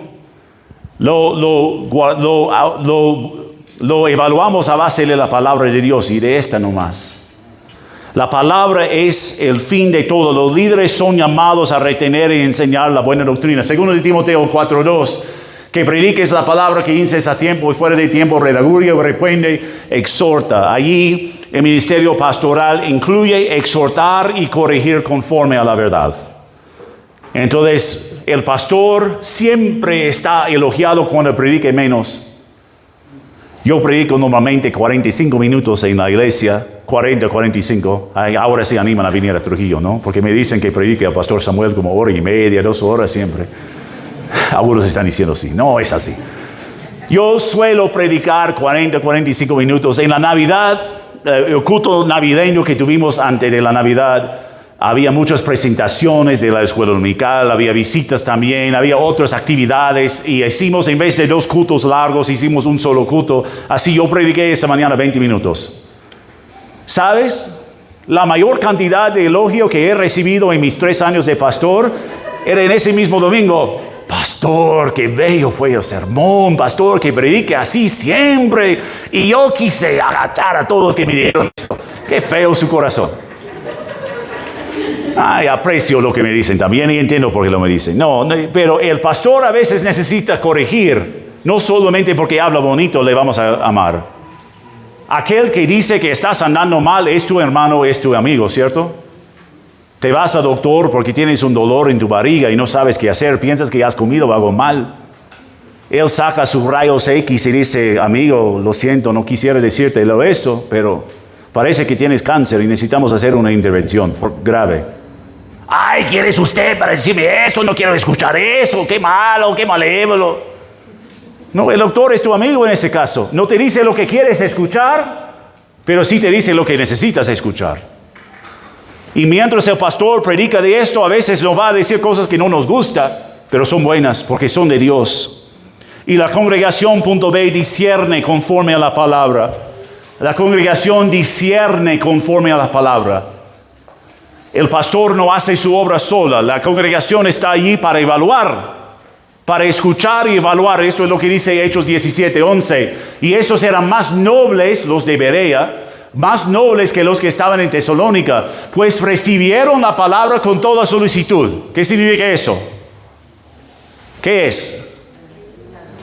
Estaban dispuestos a escuchar. Venían preparados, venían listos para escuchar, pero también escudriñando cada día las escrituras para ver si estas cosas eran así. No solamente recibían, pero mira, recibían con buenas ganas. No venían para criticar, no venían para causar problemas. Venían para decir, pastor, enséñame por favor. Yo quiero saber. Yo quiero entender más. Pero ahí se fueron a casa para estudiar más. ¿Qué estudiaron? Los libros de teología, ¿no? Las prédicas de internet. No, estudiaron sus Biblias, pues. Dios, por favor, ayúdame a entender. El pastor dice que es así. ¿Es realmente lo que dices tú? No entiendo todavía porque no estoy necesariamente de acuerdo con lo que ha dicho el pastor. Quisiera entender para apoyarle más o para entender mejor qué hacer. ¿Me ayudas, por favor, Dios, a entender? No venían contradiciendo todo, pero tampoco venían tragando todo sin estudiar. Y por eso la responsabilidad congregacional es examinar la enseñanza de la palabra. Pero también Efesios 4:14, como ya hemos visto, para que ya no seamos niños fluctuantes en el contexto de los versículos que veímos de mantenerlos con la buena doctrina. Para que ya no seamos niños fluctuantes. Es como los pequeños que ya están tumbándose siempre. Llevados por doquiera, por todo viento de doctrina, como un barco sin ancla, que se lleva por cualquier lugar que el viento vaya. Para que no seamos como estos, sino por estrategia de hombres que para engañar emplean con astucia todas las artimañas del horror. No debemos ser así. Debemos conocer y reconocer la palabra. La madurez espiritual se expresa en la estabilidad doctrinal. Debemos aprender. Si no entendemos, debemos estudiar. Si no entendemos, debemos escuchar y pensar y preguntar. Debemos evaluar y debemos mantenernos firmes en esto. El liderazgo pastoral, según el Nuevo Testamento, no es privilegio personal ni mecanismo de control, sino mayordomía espiritual cargada de responsabilidad delante de Dios. Cuando el liderazgo sirve bajo el modelo de Jesús, la congregación responde con discernimiento y ambos se someten a la palabra. La iglesia es edificada y Jesús es honrado. Esto es nuestra tarea, hermanos. Evalúate. ¿Cómo estás? No espero que seas perfecto, espero que seas sensible. Tu pastor, con lo poco que le conozco, y no es realmente poco, nos hemos conocido largo tiempo, pero no hemos conversado mucho. Pero con lo poco que le conozco, su deseo no es que seas perfecto tampoco, sino que seas sensible. Porque eso es lo que Cristo te espera de ti. Que seamos enseñables, que seamos humildes, que seamos amables, que reflejemos la gracia que Cristo nos ha dado en nuestras conversaciones y en nuestra conducta. Padre, ayúdanos en cuanto a esto. No hay entre nosotros quien ha aprendido todo lo que debe aprender, ni tampoco quien ejerce un comportamiento maduro y cristiano completamente perfecto en todo momento. Gracias, Dios, por trabajar dentro de nosotros y a través de nosotros, a través de nuestras grandes deficiencias. Gracias por no dejar que el pecado nos consume cada día. Gracias por no permitir que Satanás tenga mayor dominio entre nosotros. Donde hay problemas, Dios, danos sabiduría para evaluar, para estudiar, para entender y para animar una respuesta correcta frente a estas dificultades.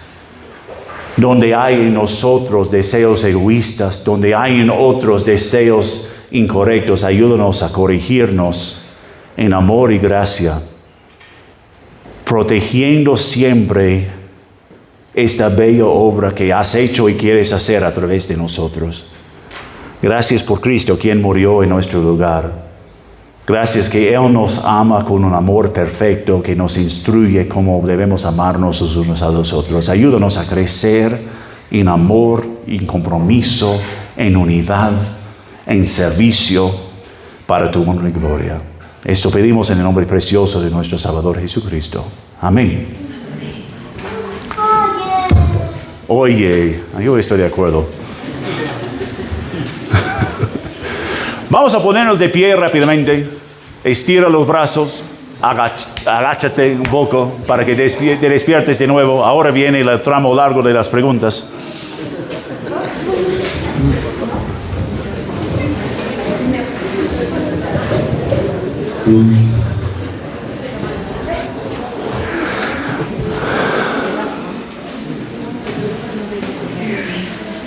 ¿Listo? ¿Nos despertamos? Muy bien, vamos a acabar haciendo una vez más. Gracias. Tenemos algunos minutos para poder tener este tiempo de preguntas. Es un tiempo libre, abierto, para poder hacer las preguntas. Para los que no estuvieron el día de ayer, la única instrucción es: vamos a hacerlo de manera ordenada. Es decir, levante su mano si desea hacer una pregunta. A nuestro hermano Fiel se le va a alcanzar el micrófono para que pueda hacer la pregunta y puede elaborar su pregunta y esperar la respuesta. ¿Está bien? No es obligatorio preguntar, pero la idea es despejar cualquier otra duda que usted pueda tener adicional a la enseñanza que hemos recibido esta noche. Muy bien, ¿habrá alguien? Una primera persona que desea preguntar. Hermano Jefferson, ahí va a compartir su pregunta. Sí, adelante. Una consulta en relación a los temas que se ha abordado tanto ayer y hoy día.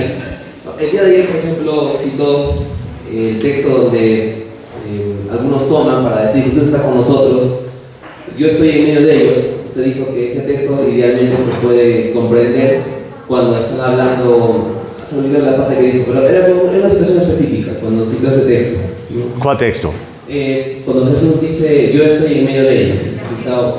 Ok, ya, eso es de Mateo 18, 20 y tanto, ya. Claro, citó un texto o un contexto donde se podría entender mejor ese texto, o sea, a eso me refiero, o sea, haciendo un buen estudio para entender bien ese texto, ¿no?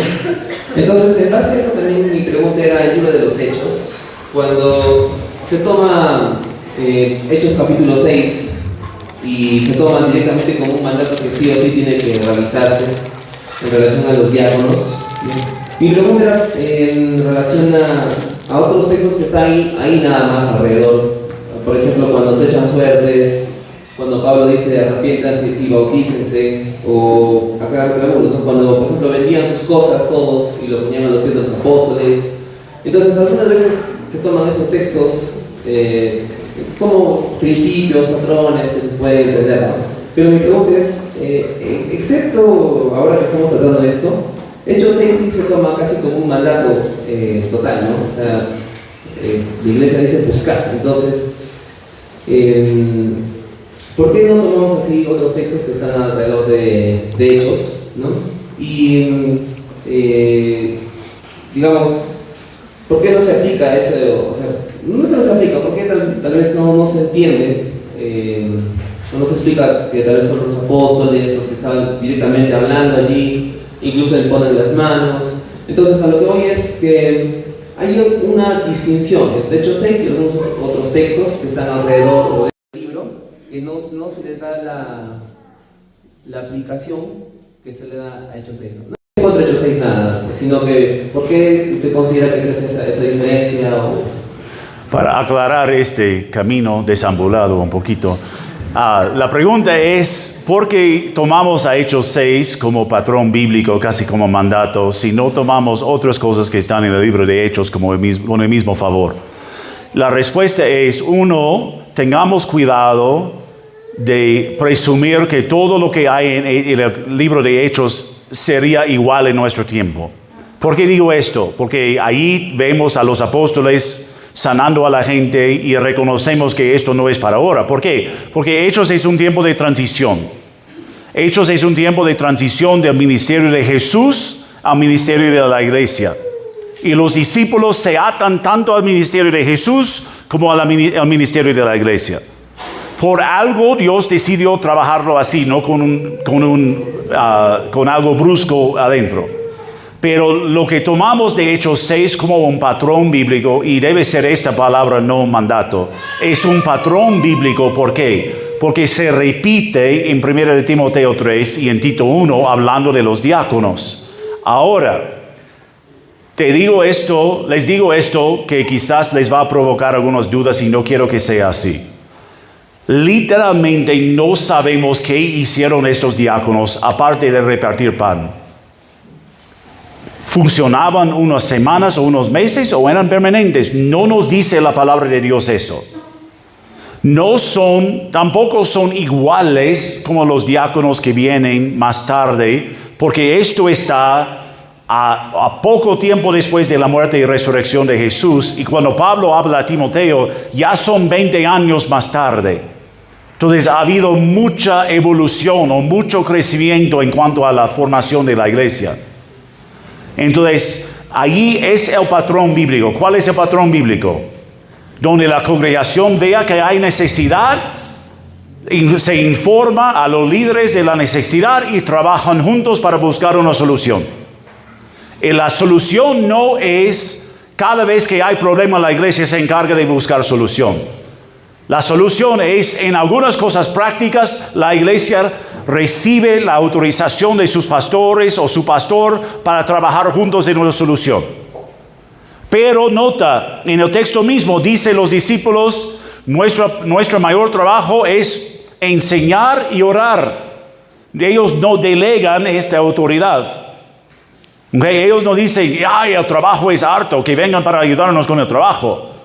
Ellos dicen, en cuanto a esta necesidad, ayúdanos buscando solución.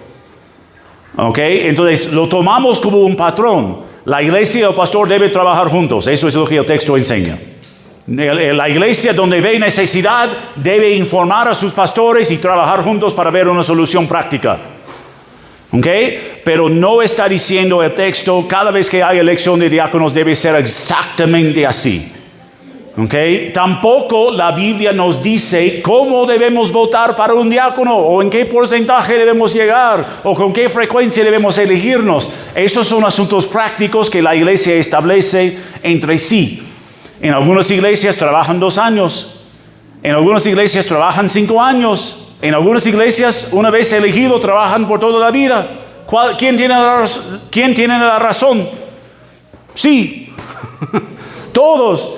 Porque cada uno es responsable ante Dios por su forma de ser. Entonces yo puedo fácilmente decir, pero en mi iglesia anterior lo hicieron así. Qué bueno que lo hicieron así. Puede ser algo que consideramos, pero puede ser algo que no consideramos. No somos ellos. ¿Ok? Al final, el pastor es responsable a Dios. La congregación es responsable a su pastor y a Dios. Y debemos trabajar juntos para buscar soluciones prácticas. ¿Ok? Eso es la primera parte de la respuesta. La otra parte es, no tomamos ejemplos como mandatos. No tomemos ningún ejemplo como mandato. Ejemplo es importante, mandato es otra cosa. ¿Ok? Gedeón tiró la lana frente a Dios para ver cuál era la voluntad de Dios. Gedeón pecó porque ya sabía cuál fue la voluntad de Dios. Dios ya le había dicho, no tomes eso como ejemplo. Si yo no sé qué quiere hacer Dios, voy a sacar mi chompa y dejarlo en el aire libre. Y si se moja, es de Dios. Y si no se moja, no es de Dios. No seas así. No hay ningún mandato bíblico que te diga esto. De hecho, lo que hizo Gedeón fue mal. Porque el ángel ya le había dicho qué hacer. Ya le ha dicho que el Señor está con él. Pero no quiso hacerlo, tenía temor. Por eso probó a Dios. ¿Y qué dice la Biblia? ¿Debemos probar a Dios? Nunca debemos probar a Dios. Dios fue misericordioso con Gedeón. Le dio una respuesta de todos modos. Pero no pongas a Dios a la prueba de esta forma. Y yo cojo ese ejemplo solamente porque es algo que he visto que mucha gente hace. Habla de eso. Y cuando no saben qué hacer, ya van a hacer como Gedeón. Pero eso no está bien. No tomemos ejemplos como mandatos. Ejemplos son buenos, pero a veces son malos. Ejemplos pueden enseñarnos, pero también pueden decirnos, no hagas eso, pues. Uy. Es un imán, me olvidé. ¿Ok? Entonces tengamos cuidado con esto. ¿Bien? ¿Me entienden? Ok. Próximo.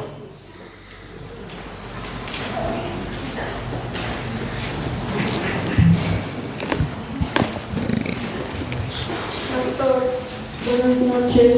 ¿Es indispensable hacer un estatuto dentro de la iglesia? Ok, ¿me puede ayudar a entender a qué fin va la pregunta? A poner como reglas dentro de la iglesia para poner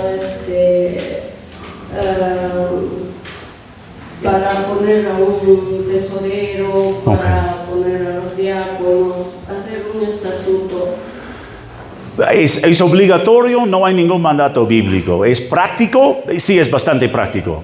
Porque nos deja un documento ya fijado, ya fijo, que no necesitamos volver cada vez a discutir esos temas.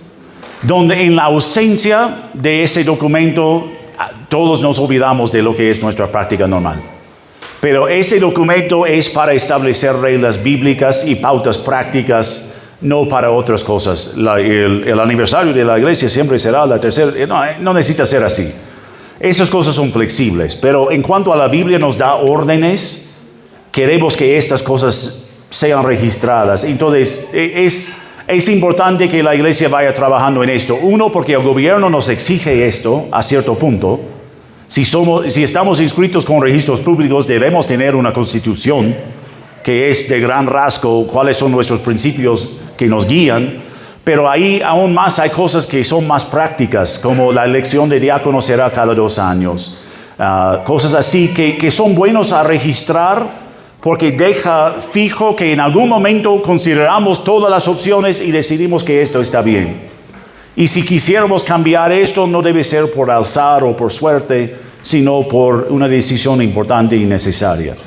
Entonces yo diría que de mandato bíblico obligatorio no, de practicidad sí es necesaria. Sí. Pastor, buenas noches. Bueno. Hermanos, buenas noches. Mi consulta es respecto a cuando, por ejemplo, en la iglesia algún hermano o hermana comenta contigo ciertas cosas, por ejemplo, ¿no? Acerca del pastor o de algún líder, o no sé. Yo, por ejemplo, puedo escucharlo, pero también recomendarle que, por ejemplo, vaya y se lo diga al pastor o hasta al hermano, converse con él antes que me lo diga a mí, ¿no? Las opiniones que tiene. Pero, por ejemplo, si ves que después de que has conversado con esa persona incide en lo mismo, ¿cuál debería ser? Ir y buscar a otro hermano y decírselo, ir con ese hermano, como dice en la Biblia, o decírselo al pastor e ir con él. Y, o sea, ¿cuál debería ser el paso a seguir, no? Mucho de esto depende de la velocidad con la cual el hermano está trabajando o la gravedad de las cosas que está hablando. Por ejemplo, si él está diciendo, yo creo que el pastor no está estudiando suficiente, eso es diferente que yo creo que el pastor está viviendo en adulterio. La gravedad es distinta, entonces mi respuesta va a ser un poquito más leve con el primero, un poquito más fuerte con el segundo. Porque el primero puede afectar la unidad, el segundo afecta la unidad ya. Porque si es verdad lo que dice, necesitamos tomar decisión como iglesia. Si no es verdad, necesitamos reprenderle a él porque está andando mal. Entonces, ahí creo que lo mejor es seguir lo que dice Mateo 18, pero tomando Mateo 18 como un buen ejemplo, no necesariamente como una regla fija para toda circunstancia. Si el hermano está andando diciendo, ¿sabes, tal fulano? Le vi el otro día conversando con una mujer en la esquina y creo que están viviendo en una relación. Ya vamos ahora mismo para conversar con él, vamos juntos. Yo no voy a decir, mejor le hables a él, voy a decir, ya vamos, porque eso es importante, pues. Y si él dice, ya no quiero conversar con él, así, mira, o converses con él o voy a llamar al pastor para que el pastor vaya con usted, porque eso es importante. Okay. Entonces, debemos aprender a ser bien tajantes con esos tipos de pecado. Todos nos gusta recibir los chismes hasta cierto punto, pero no debe ser así. Porque esto es reflejo de nuestra inmadurez y falta de espiritualidad. Si yo estoy esperando que alguien me cuente cuán mal está mi hermano, yo no estoy andando bien. Entonces, el chisme es uno de los pecados que se habla bastante en el Nuevo Testamento, e incluso Pablo dice, estos tipos de personas que provocan divisiones por los chismes se deben desechar, igual como aquellos que provocan divisiones por la falsa doctrina. Entonces, es algo bastante grave. Normalmente lo que yo hago es decir, mira, tú necesitas hablar con esa persona primero para saber cuál es la verdad, para que podamos hacer bien. Ay, no quiero hablar con él. Entonces vamos pues, vamos, ya me voy contigo. Si no quiere hacer esto, lo que yo haría es ir y hacer preguntas yo mismo, porque yo quiero satisfacer mis dudas. No digo, ¿sabes si tal fulano me dijo tal cosa? No, hermano, estoy escuchando cosas y no quiero creer que es la verdad. ¿Me puedes explicar esto? ¿Me puedes ayudar con esto? Si entiendo que lo que dice el hermano es falsedad, ahí voy a confrontarlo rápidamente, pero voy a ir confrontarlo personalmente. Si se arrepiente, bien; si no, ya vamos con la próxima pauta, conversando con testigos. Y testigos son personas maduras que pueden ayudar a evaluar el caso, no matones, no familiares necesariamente. Son personas maduras que pueden evaluar el caso. Y si no hay respuesta en esto, sí necesitamos introducir al pastor en esa situación. No con el fin de desecharlo ya, sino con el fin de dar gravedad a este asunto. Entonces, el chisme es una de las cosas que corre más rápidamente que todo, y necesitamos ser muy proactivos con eso. No juzgamos, porque algunas personas son inmaduras y les gustan los chismes, pero sí les hablamos fuerte porque esto está mal. Y les hablamos fuerte porque esto provoca división. ¿Bien? Pastor, disculpe, y si es no con hermanos, no hacia el pastor y hacia la enseñanza o la doctrina o lo que se esté dando, Yeah. y igual tendría que buscar a alguien de repente que sepa más. Yo diría, en el caso de un pastor, Pablo dice en Timoteo que nadie debe acusar al pastor ligeramente, sino en presencia de 2 o 3 testigos. Testigos no son personas que han notado la misma cosa. Escúchenme, por favor. No digo al bebé, lo digo a nosotros que estamos escuchando. Porque eso es importante. Muchos vemos ese texto de Timoteo que dice que aquel que quiere hablar contra el pastor va con 2 o 3 testigos. Entonces, yo debo ir buscando a aquellos que están a mi favor. No, eso es chismear. Eso no es lo que dice el texto. El texto dice testigos, la misma palabra de Mateo 18. Entonces, en ese momento yo le digo, ¿has conversado con el pastor? Sí, entonces no converses conmigo, punto. Si converses conmigo o si escucho que converses con alguien más, yo voy a ir de frente al pastor para decírselo. Porque si has conversado con el pastor, debes seguir conversando con el pastor, ¿cierto? Claro. Si no han buscado una solución, él debe buscar testigos para ir y conversar con el pastor. Hermanas maduras que pueden juzgar en el caso. Ahora, si no ha conversado con el pastor, voy a decirle, déjame 5 minutos, yo llamo a tal fulano y vamos para conversarle ya. Eso le va a asustar. Pero en ese caso yo vuelvo a ser uno de los testigos. ¿Ok? Pero yo no soy tan maduro, pero mi meta es que él hable con el pastor, que el pastor hable, que podemos resolverlo ya. Que no se resuelve, rompe la comunión y divide la iglesia, pues. Entonces, si yo no me siento capaz de ser testigo, voy a decir, hermano, creo que necesitas ir tú para hablar con el pastor. Y según Timoteo, debes llevar contigo a algunos hermanos maduros que pueden escuchar y ayudarte y ayudarle al pastor a ver la verdad del caso. Entonces, eso es urgente. Y en esta semana necesitas hacerlo. Y la próxima vez que te veo, voy a preguntarte si lo hayas hecho. Y si no lo hayas hecho, vamos a ir juntos para hacerlo ya. ¿Ok? Porque cuanto más se vaya, ¿quién está detrás de esto? Vamos a suponer que el pastor está haciendo bien. ¿Quién está detrás de esta queja? ¿Dios? Satanás. Cuanto más vaya el hermano con Satanás, se aleja más de Dios. Vamos a suponer que el pastor realmente está haciendo mal. ¿Quién está detrás de esto? ¿Dios? Satanás igual. Y si realmente amo a este hermano, si realmente amo a mi pastor, yo quiero que haya resolución, pues. Yo no quiero que Satanás esté ganando.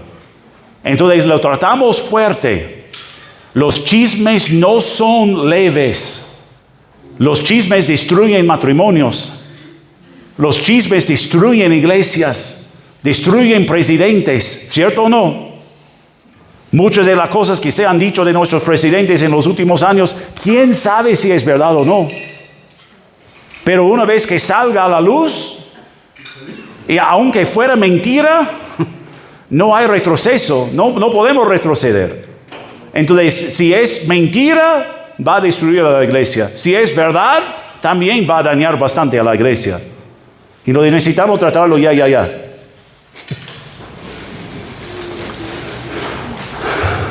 ¿Qué más? Se fue mi micrófono un momento, pero ahora lo veo. ¿Algo más? Pastor, buenas noches. Pastor, solo una duda. Estamos aprendiendo que el liderazgo pastoral se hace en función del llamado de Dios, Sí. de la vida del pastor. Quisiera saber qué consideraciones tal vez podamos tener en cuanto al pastor y, o sea, acá se habla del pastor, pero no se habla de la familia del pastor, porque muchas veces las consideraciones siempre son hacia el pastor y la familia no siempre es considerada, entonces, pero es un todo. En la palabra consideración, ¿hablas de algo bueno o algo negativo? No entiendo la palabra. De algo bueno. Ok, entonces, ¿cómo debemos estimarles a ellos o algo así? Ok. O la palabra que nos manda hacia eso. Ok, la Biblia no habla de la tarea pastoral de la pastora. Entonces, la esposa no es pastora. No debemos exigir de ella cosas que exigimos de nuestro pastor. porque ella principalmente es esposa, es madre y después es sierva de Dios, igual como nosotros. Entonces ella no recibe el mismo llamado o el mismo juicio que recibe su esposo. A la vez, como cualquier hermana de la iglesia, debe estar presta al servicio en cuanto a sus dones y sus capacidades y sus tiempos. Si ella no sabe tocar el piano, no le exigimos tocar el piano, pero si ella sabe enseñar, habiendo probado su enseñanza, le damos enseñar, pues, igual como cualquier otra hermana.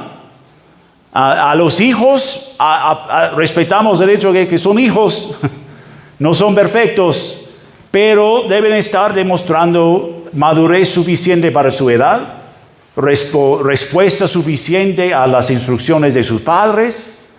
Pero de nuevo no se trata de que sean perfectos, sino que tanto el padre y la madre como el hijo sean comprensibles, responden a la instrucción. Si el pastor está con muchas peleas con sus hijos, le preguntamos qué está pasando y él dice, no me molestes con esto, yo estoy tratando con esto no está bien.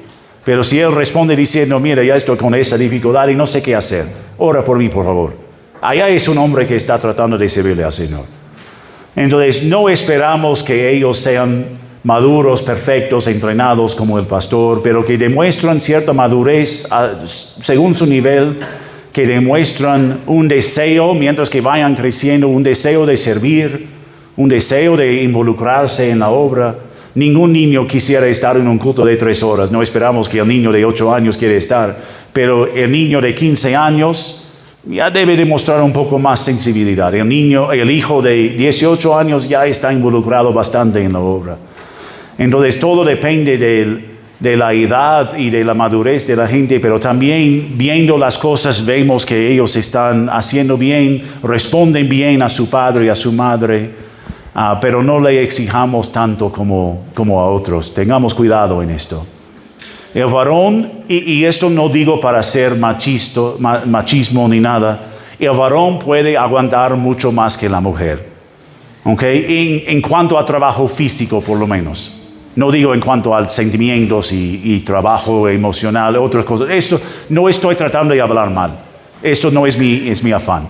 Si mi esposa tratara de hacer lo que yo hago cada semana, estaría en el hospital entre semanas. No podía hacer lo que yo hago. Y no es que ella es fea, no, ella es increíble. Ella hace cosas que yo no quisiera hacer. Pero yo puedo trabajar horas y horas y horas toda la noche.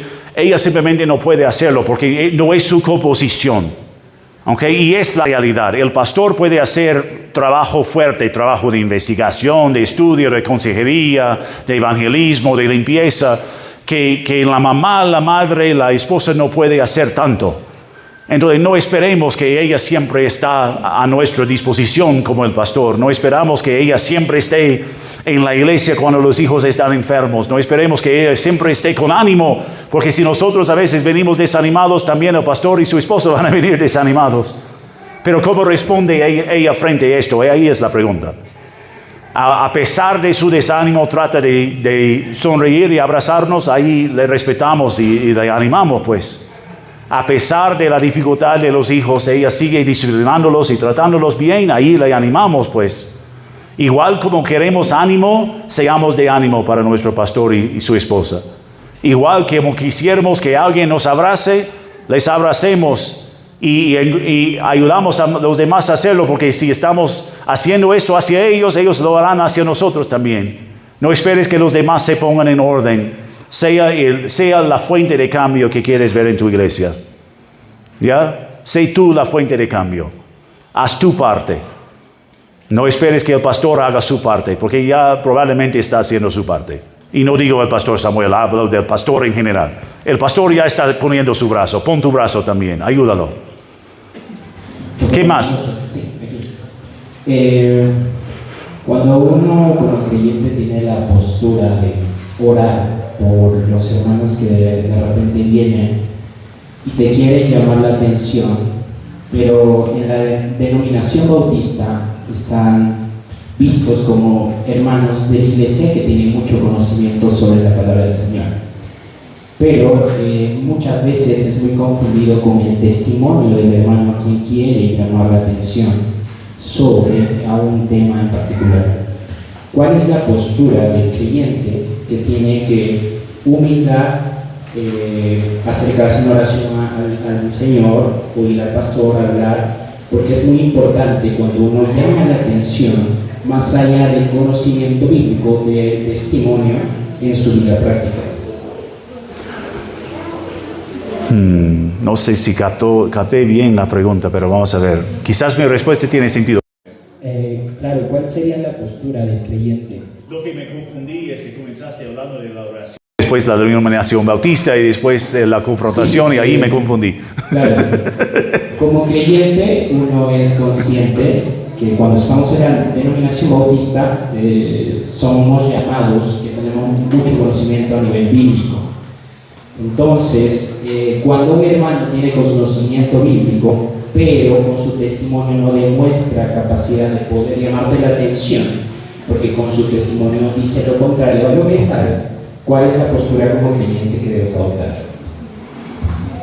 Ok. ¿Cómo debo recibir consejos de alguien que no anda bien conforme a la palabra de Dios? Ahí es la pregunta. Y tú preguntas igual como Jefferson, haciéndote vueltas y vueltas y vueltas y después ya... Wow, gracias por aclararme un poco, ya.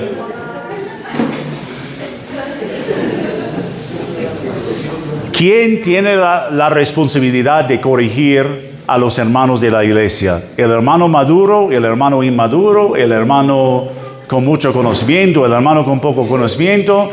La palabra de Dios nos dice, todos tenemos la responsabilidad de corregirnos a todos. Ahora, el que me viene a mí podría tener bastantes dificultades en su vida, pero si habla la verdad habla. Y mi respuesta debe ser recibir su consejo sin crítica, sin estorbo, sin corrección mía.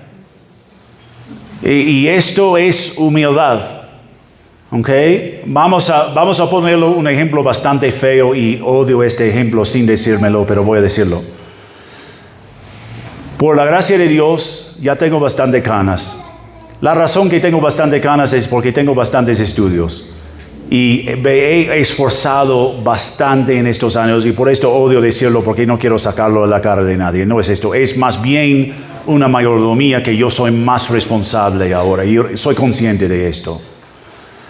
Siendo que yo tengo 3 maestrías y un doctorado, salvo que tengas tú la misma nivel de educación, no me puedes decir nada. ¿Cierto? No debe ser así. Ahora, eso es una ilustración más obvia porque no se trata de comportamiento, se trata de conocimiento.